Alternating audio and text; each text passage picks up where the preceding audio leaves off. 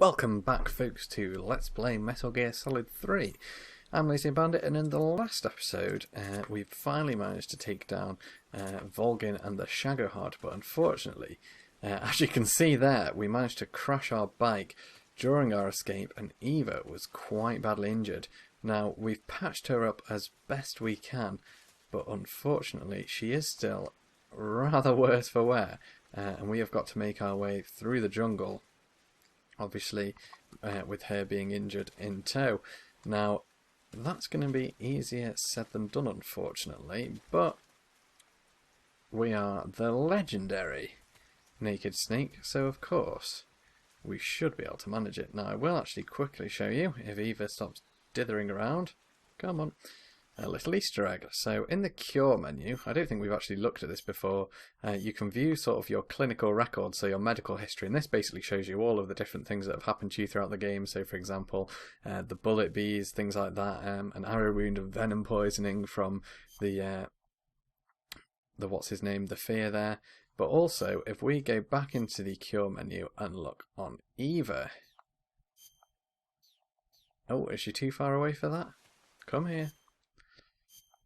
Yes, there we go. If we look on Eva, on her medical history, we see some things that she's suffered in the game, so cuts, gunshot wounds, electrical burns, probably from Volgin, but she's also had a sprained finger, food poisoning, broken nails, and even, if we go down far enough, a breast enhancement. So, there we go. You can see why she's always got a bloody jumpsuit half open, because she paid good money for those. So, just a fun little Easter egg that I thought I'd show you guys. Now, if you follow me, Eva, we're going to get out of here, hopefully. This bit does remind me a little bit of escorting Emma, which we did in Metal Gear Solid 2. However, at this point, there are a few more guards than we ever had to encounter with Emma, unfortunately, so we are going to have to be rather on the lookout. And our motorcycle explosion was rather giving the game away in terms of our location, making this a little bit interesting.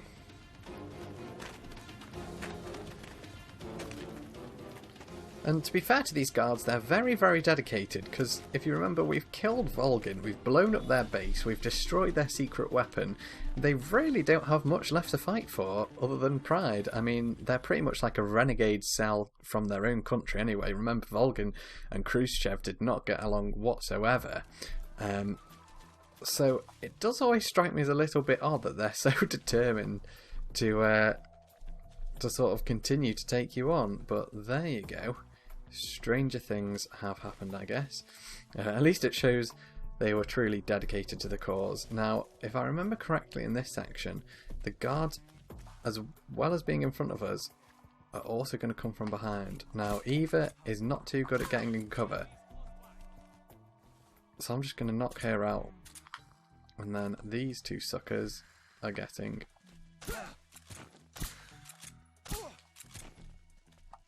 tranquilized. Boom.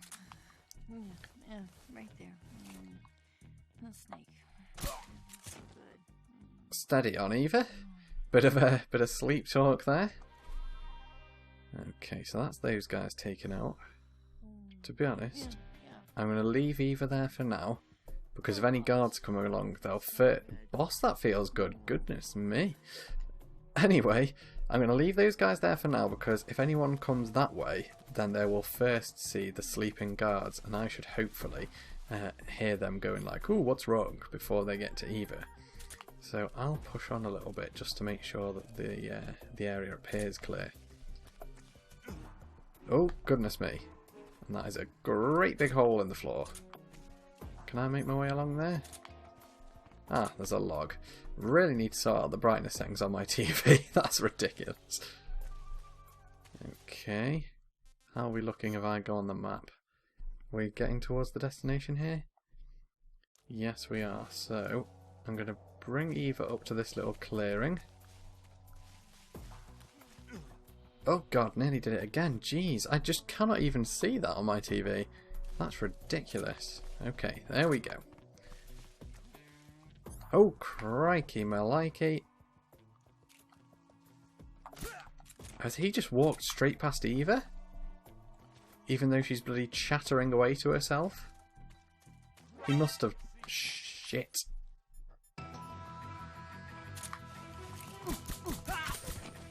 Oh no, they found Eva. They found Eva. Shit, they're bad.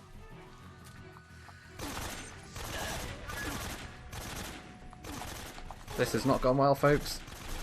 It's not gone to plan. Sorry, Eva. That was bad of me. Okay, you can come with me this time.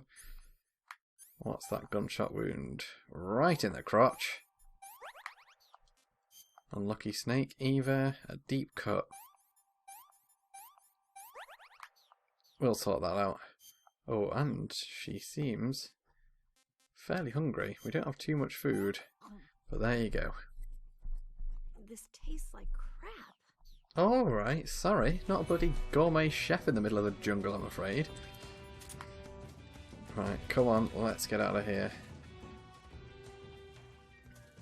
Crap, crap, crap, crap, crap.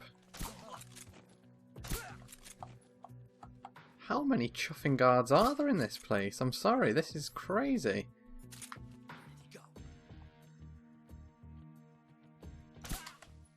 Boom, headshot. Where did that come from? Phew. Right. Come on, Eva. Let's skedaddle. Before any more of these losers turn up.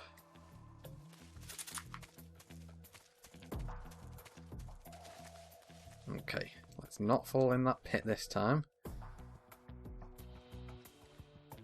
Come on, Eva, get a bloody wriggle on. No sense of urgency whatsoever. Please don't fall down that hole. Good girl. Right. Okay. Oh. Thought I'd lost her for a second then. I'm actually going to pinch this snake. Because we really don't have too much food and her stamina seems to drop quite briskly. So she said to us in the cave that she had never eaten snake before. That may well have to change, to be honest with you. Right, anyone lurking around here? I'm so hungry. Okay, stop whinging. Oh, crap! I meant to give that to Eva. Right, she can have some of the bloody noodles, which she loves so much.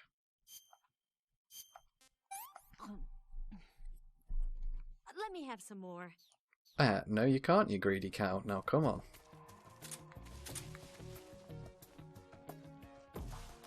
This way. Gently does it. Not in a rush or anything. I guess to be fair to her, she has bloody been impaled on a tree. And this call's basically going to be saying, you need Eva to get a boost up there.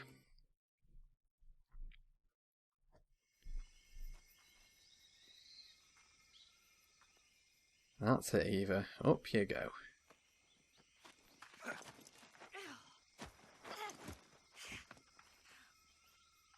And for someone who's been impaled, I'll give her a due. She's doing a pretty good job.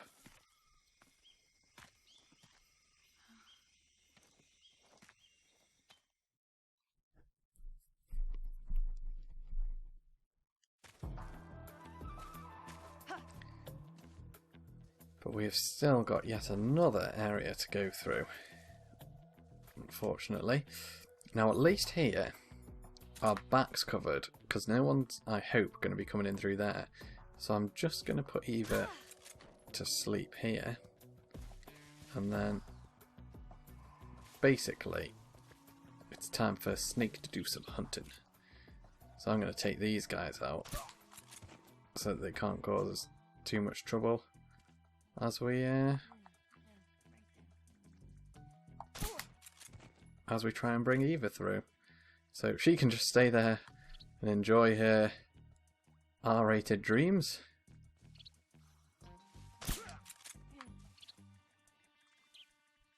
Okay.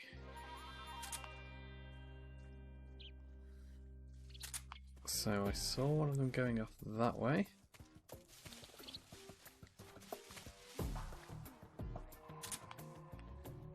where's he disappeared to? Got a feeling he's going to be a lot closer than it actually seems. And he's going to get the bloody drop on me. Which I would not be happy with. I would not be happy with that at all. Right, let's check the map real quick. Work out where it is I actually need to be. All the way up there, crikey. That is some distance that we need to cover. Okay, there's a couple of guys.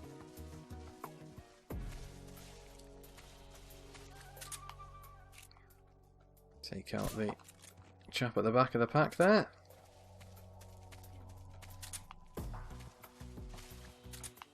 And then his little buddy as well. Where's he?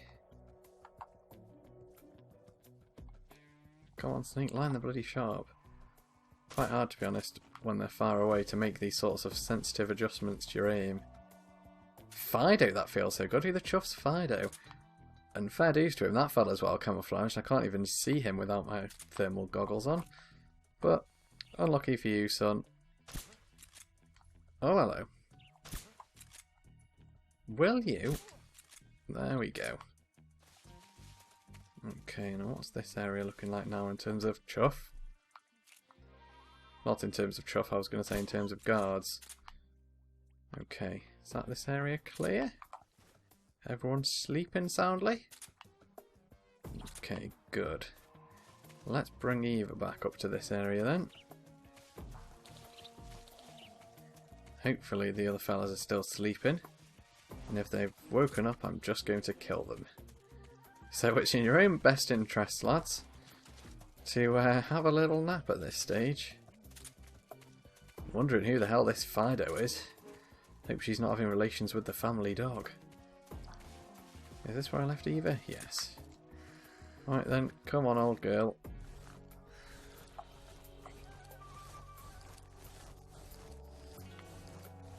Right there.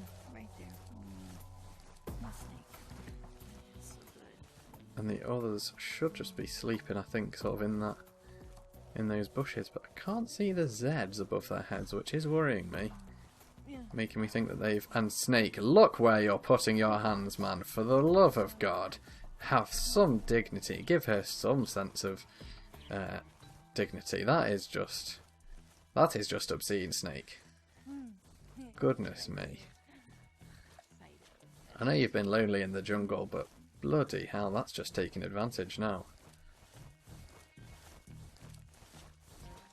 Right, really paranoid that there's going to be a guard that I've not taken out that's just going to really pop up at any moment as I'm dragging some poor sleeping woman through this jungle. That would be rather awkward. There's a sentence I never thought I'd say. Hope that never gets quoted out of context. Okay, please don't bite me, Mr. Snake. I'm sorry that I'm walking on top of you. Okay. Let's just pop Eva down, shall we? You can chill out just in this little corner here by the stone, so hopefully if anyone wakes up they can't see you. Now, can't see anyone else in this little area. Oh, apart from that fella over there.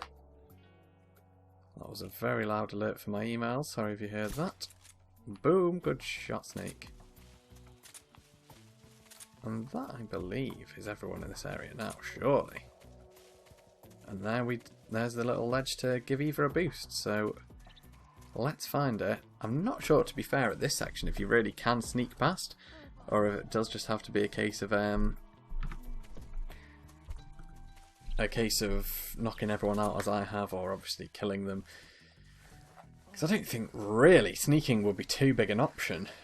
I'm sure it's been done, there's probably videos of it which I'll search for, but I don't think sneaking by this many guards is really an option with an unconscious woman to hand. I mean, obviously you don't have to knock her out, it's just a little bit faster, to be honest, to knock her out and just drag her. But she doesn't really sneak very well either, you know, she doesn't get in cover too well.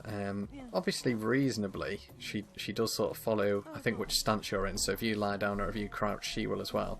But I don't think a camo index is that great, and obviously when you're sneaking you like to be able to sort of move quite independently and know where it is that you're going, but with an NPC you're not going to be able to do that. So let's pop Eva down. I'm going to have to wake her up. Up you get. Wakey wakey. And head through to the next area. Come on, Eva.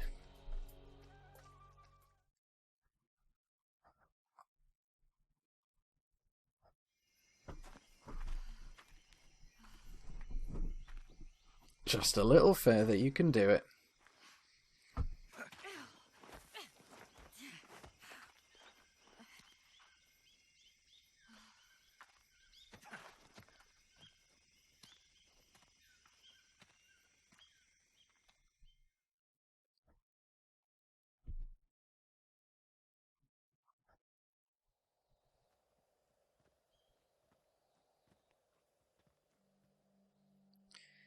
And at last we are out of the jungle.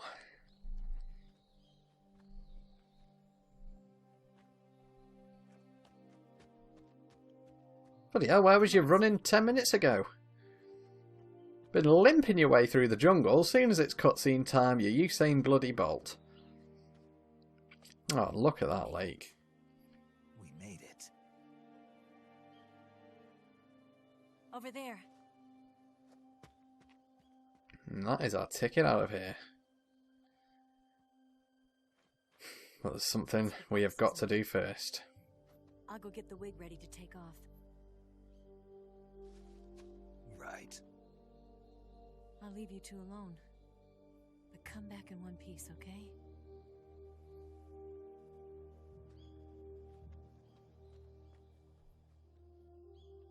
Promise me! That is one tough promise to make. And Snake isn't going to make it.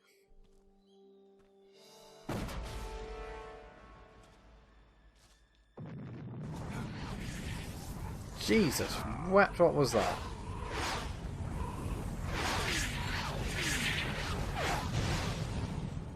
Another nuke?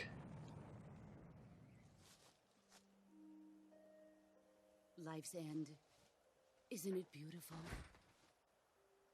It's almost tragic.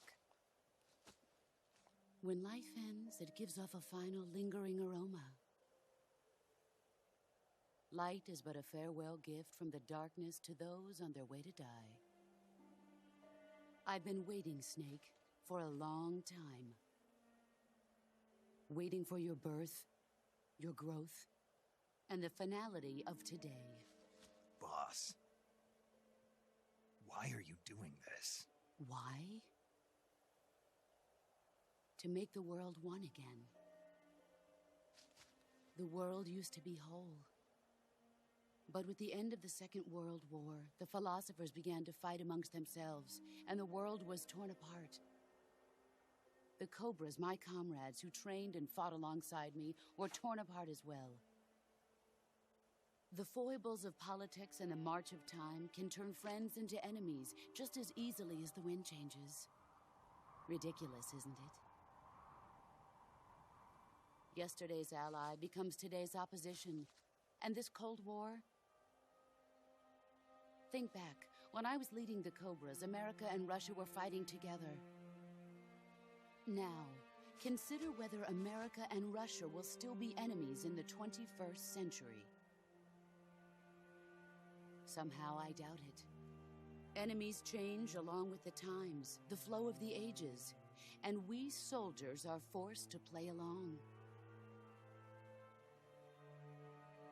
I didn't raise you and shape you into the man you are today just so we could face each other in battle. A soldier's skills aren't meant to be used to hurt friends. So then what is an enemy? Is there such a thing as an absolute timeless enemy?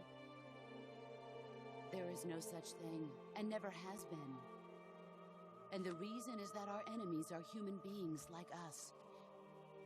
They can only be our enemies in relative terms. The world must be made whole again. The philosophers must be reunited. I will devote my skills to that purpose. And with the Colonel's money, I will achieve that end. Just as I once created the Cobras. They are my family. I may no longer be able to bear children, but I still have a family.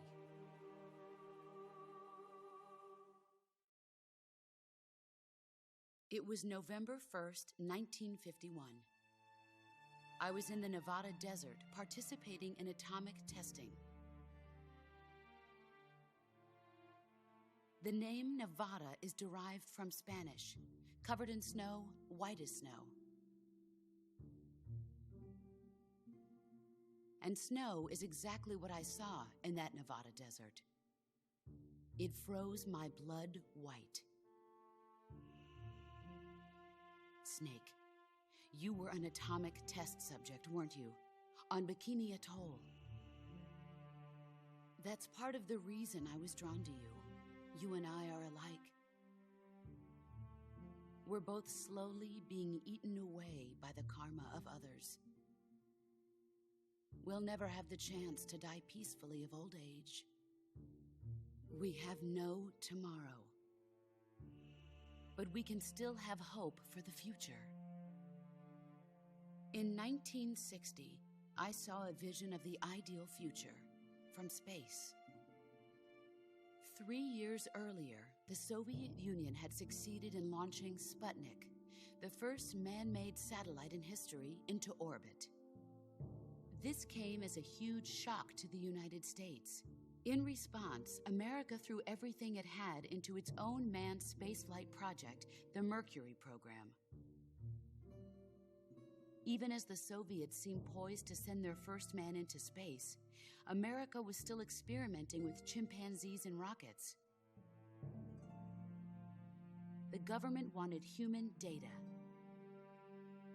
So they secretly decided to send a human being into space. I was the one they chose. At the time, they didn't have the technology to block out cosmic rays, and whoever they sent up would inevitably be exposed to heavy radiation. That's why they chose me. After all, I'd already been irradiated once. Of course, you won't find any of this in the history books. I could see the planet as it appeared from space. That's when it finally hit me.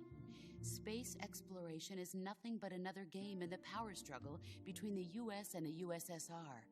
Politics, economics, the arms race, they're all just arenas for meaningless competition. I'm sure you can see that, but the Earth itself has no boundaries. No East, no West, no Cold War. And the irony of it is, the United States and the Soviet Union are spending billions on their space programs and the missile race, only to arrive at the same conclusion. In the 21st century, everyone will be able to see that we are all just inhabitants of a little celestial body called Earth. A world without communism or capitalism, that is the world I wanted to see. But reality continued to betray me. In 1961, I was sent to Cuba, to Bahia de Cochinos. It was part of a CIA-sponsored invasion under the guise of taking Cuban exiles back to their country. But the U.S. government betrayed them. Our weak-kneed president held back their air support. Defenseless, the exiles were annihilated by the Cuban army. All I could do was watch in silence. I was set up by the very country I'd sacrificed so much for, by the very government I dedicated my life to defending. I was driven from the surface world, and I went underground. Then, 2 years ago, I faced the sorrow, my old comrade in battle. He was my friend. But one of us had to die. I was left with no choice. And there's that skeleton look that we saw at the very start. There is no enmity between us. One must live, and one must die. That was the mission. The ones who gave me that mission were the philosophers. Early in the 20th century, the true holders of power in the United States, the Republic of China, and the newly formed Soviet Union gathered together in a secret meeting that would later be known as the Wise Men's Committee. The secret pact they formed there marked the beginning of the philosophers. But the last of the original members died in the 1930s. After that, the organization began to run out of control, and the Wise Men's Committee degenerated into a mere shell of its former self.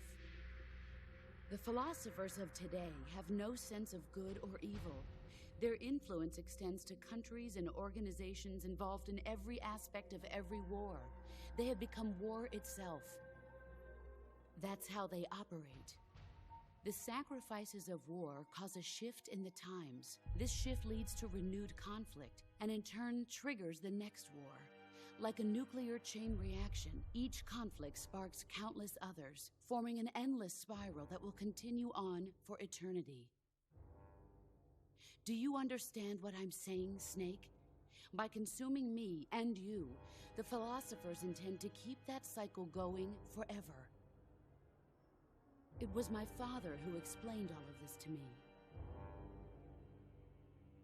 He was one of them. You see, I am the last remaining child of the philosophers. But after he revealed the truth, my father was killed by that same shapeless, formless organization. And my father isn't the only thing the philosophers have taken from me. In June of 1944, the Cobras and I took part in the landing at Normandy. We'd been given a top-secret mission to locate and destroy enemy V-2 rocket installations. I was pregnant at the time. The sorrow was the father. Blimey. His birth on the field of battle. A beautiful baby boy. But my child was snatched away from me by the philosophers. Those bastards.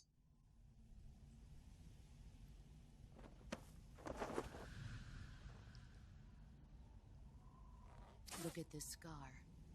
This is proof that I was once a mother. I gave up my body and my child for my country. There is nothing left inside me now. Nothing at all. No hatred, not even regret.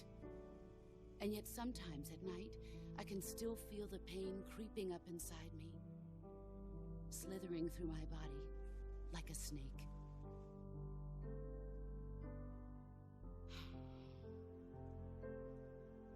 I've never talked this much about myself before. Thanks. Thanks for listening to me.